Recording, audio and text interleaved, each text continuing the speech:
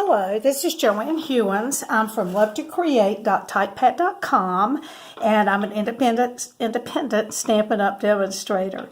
Today we're going to make this easel card, and it comes up and catches behind your sentiment here, and when the person receives the card, they can enjoy it without having to get up and open it. It's just a little decoration. When you look at it from the side, as it's open, it looks a little bit like this. And granted, your person that receives it may not know what an easel card is. You may have to put a little bit of instruction in there or give it in person and tell them what to do, but they will certainly enjoy it. We're going to be using the Dandelion Wishes stamp set. This is in the annual catalog, and my first time actually really using this set. So I'm going to start with the dandelions, with our stamping. So to do that, I have the Stamparatus set up, and we're making this in a class this week. The way I set it up for them is to take their paper and put it between these lines right here. So I'll put the magnet down, and we're going to be using Smoky Slate for the dandelions. So let me ink that up, and we'll stamp it. Okay, and I think I'm going to stamp it one more time and get that dark, or a little darker. Okay, so there's the front of that. Let me set that out of the way. And the next thing we're going to do is sponge that just a little bit. And give it just a little bit of drying time. Usually you don't have to worry about that, but with sponging I'm not so sure. So we're going to just take our sponge, do a little bit on the paper there. And I really hadn't planned on this being real smooth. Not turned out too badly though. And I just wanted to put a little bit all over, but maybe leaving a few white spots here and there, leaving some that's not quite as dark. Okay, so I think I'm happy with that. So let me take that out of the way. And for our panels, we're going to be using the Framelits stitched shapes. And I'm going to be using, if you look at the large group here, I'm going to be using the 4th one in and the 5th one in. So I'm going to pull those out, and we'll have those ready. And then for the front of our card, we're going to have a piece that's just 4 1/4 by 5 1/2. We're going to run that through to do the embossing. So I want to do all of the Big Shot stuff at one time. I also have a little panel cut that will fit this larger shape. Now I have all the dimensions on my post, and I will link that to the video. So let me bring in the Big Shot, and I'll be using the Big Shot platform, the thin adapter, and a clear plate, and we're going to do our rectangles first. So I'm going to put the white one on. I'm using the smaller rectangle with that one. And I think just to hold that in place a little bit, I'm going to put a little bit of tape. And I think we can get in this other one at the same time. It's not going to matter so much if that's straight. But it is important to get this shorter end toward the roller instead of the longer end, putting it in the other way.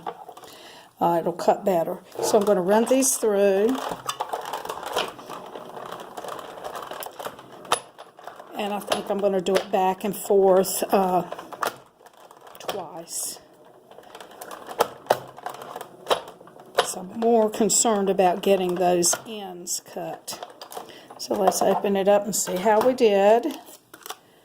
Okay, I think we're good. So we have our Coastal Cabana rectangle, and we have our rectangle made on Whisper White and sponged and stamped. So I'll move those rectangles to the side, and we're going to pull in the embossing folder. This is the Dot to Dot folder. It's in the Occasions catalog. I'm going to pull out my adapter. I'm not going to need it for this, and I'm just going to put in my paper. Now, I want it to go across, and you may not have noticed that there is now a black line at the bottom of your folders, and you can use that line to help you get everything straight. So I'm going to put that through there. I'm going to put this fold up toward the roller. If I put it on the side and catch it, it's going to ruin my folder. So I'm going to put that up toward the roller, get my second plate in, and just roll that through. And I often just roll it back through just to get it close to where I am. And so that's done. Isn't that pretty? I love that. Okay, so we have all of our work done on the big shot, and our stamping done for the outside. And what I'm going to do is go ahead and bring in the base of this. Now for the base, it is cut at 4 1/4 by 11, so it's just half of your regular card sheet cut the long way. And you are going to need to score this. I've already got mine scored, but you're going to score it at 2 3/4, and then you're going to score it again at 5 1/2. All right. So we'll take our bone folder and burnish that. And then this one, we're going to make it a mountain fold. We'll burnish that. Okay. Now this piece is going to fit right here, but it's a little bit, I just like for it to be a little bit stronger. So I cut a piece that's 4 by 3, and I'm just going to add that to the top just to make it feel a little bit more sturdy. So I'm just going to add that in. Now the important thing to remember about this is that when you add it to the card, this is going to stick up, and you don't want to put your glue on there. Okay? You don't want sticky and then you close it and then it won't open back up. So you want that loose. So I'm going to put my snail down here just on the bottom. And I'm going to put it pretty strong because I want it to hold. And then I'm going to, and I think I'll do it like this. And I'm going to try to match that piece of paper. And press that down real good. And now you've got your fold. This isn't sticky, it's strong, and you're ready to work on finishing the front. Okay, now I'm going to add my panel here to this piece. Isn't that pretty with the stitched rectangles along there? I love that. And now I'm going to tie a bow. This is the dotted, gosh, I can't remember what exactly the name is, but I'll have it on my post. And I'm just going to pull it around, all the way around. And now if you've looked at any of my videos, you know that I really have never tied a bow. I don't know if you've thought about it. I always have them ready and I glue dot them on. But I learned a little tip actually from my sister. And what I'm going to do is tie this, and then I'm going to pull in a glue dot. Oops. There you go. And I'm going to put that right there under the knot. And she had seen this on a video. And that's going to hold that into place. So now it's easier to tie my bow. It's to the right proportions. It's not going to bow up the card. It's not going to be so loose. Hopefully it will turn out fine. And this is a bit of a gamble for me because I'm just not an online bow tire. The bow tire apparatus is my friend, let me just say. And so you just need to play with this a little bit. The dots on this make it a little bit harder to tie, I think. But isn't that pretty on there? That's perfect ribbon for this card. So that might not look the best, but there it is. And we'll just trim those ends at an angle. And there you go. And then I'm going to add this with dimensionals to the center of my card. So let me just put those on. Oops. Oh, that's loose. I'll just use some of that to finish it up.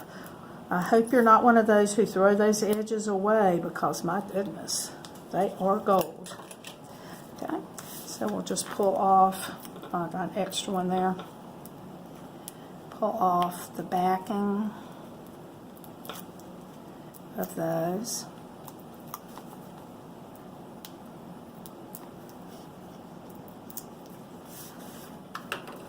And add that. Make sure you don't add it upside down.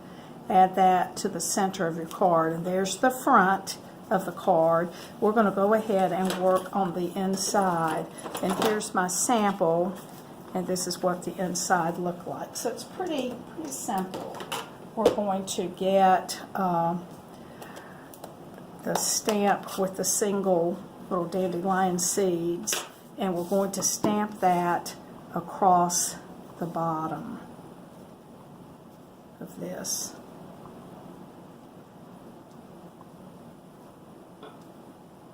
Okay, that's all we need to do with that. And then our saying is sending well wishes your way. And I'm going to stamp this on just a scrap piece of paper. This is what I had in the box for my class. So let me pull out a piece off that. And then we're going to stamp that with Smoky Slate is the color we're using. And we'll stamp that here. And then we're going to punch that out, with a 1 3/4 inch circle punch. And I'm going to have to stamp that again. I stamped it too low on that.